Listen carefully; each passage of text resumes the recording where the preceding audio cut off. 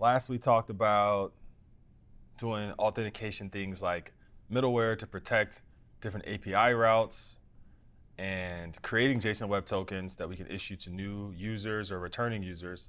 Now we need to do the other side and allow users to be created and allow users to come back and actually receive that JSON Web Token. So that's what we're going to do. So we know from our schema that a user needs a unique username and a password in order for them to be created. So what we want to do is create a handler for the user so they can do that. But before we can do that, we're going to need some helper functions that we're going to use to hash a user's password so we don't store them as plain text in the database. Storing a user's password as plain text in a database is a practice that is no longer practice, because if someone gets access to your database, they get access to your user's passwords, that you're just done. So you're better off not knowing your user's passwords. So we do that by hashing them. So that's what we're going to do. So what we're going to do is go back into auth, and we're going to do some stuff with bcrypt. So you can go into auth. I'm already here, and you can import. Okay, you can import bcrypt from bcrypt, like that. And I'm going to make a function called compare passwords, like that. And it's going to take two arguments. It's going to take the plain text password that someone is trying to sign in with.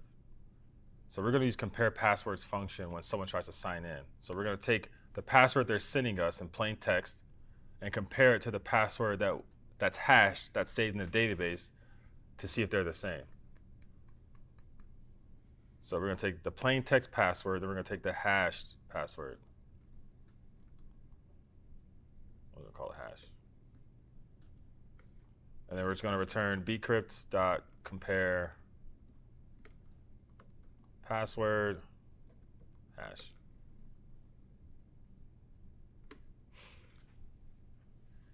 This is going to return a promise that returns true or false if someone's password that they pass in matches this hash that was also passed in.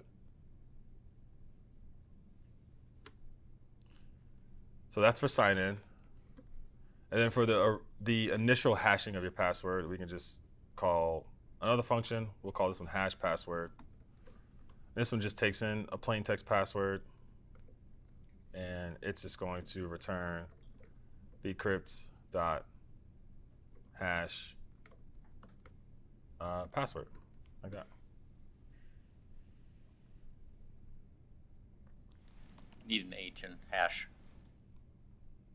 Oh, yeah. That makes a big difference. That'd be a whole different function. Oh, yeah, and just make sure we export these things. So put an export in front of them.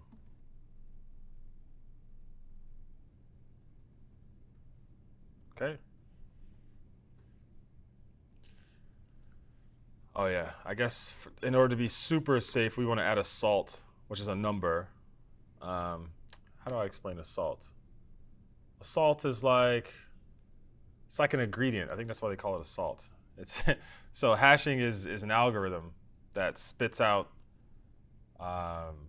almost kind of like what we did for JSON Web Token, a deterministic value based off some input. And a salt is just an extra variable to give you a different variety of that output. So it basically just makes the hash harder to guess, because people do brute force attacks where they just run every possible combination until they can guess a hash, right?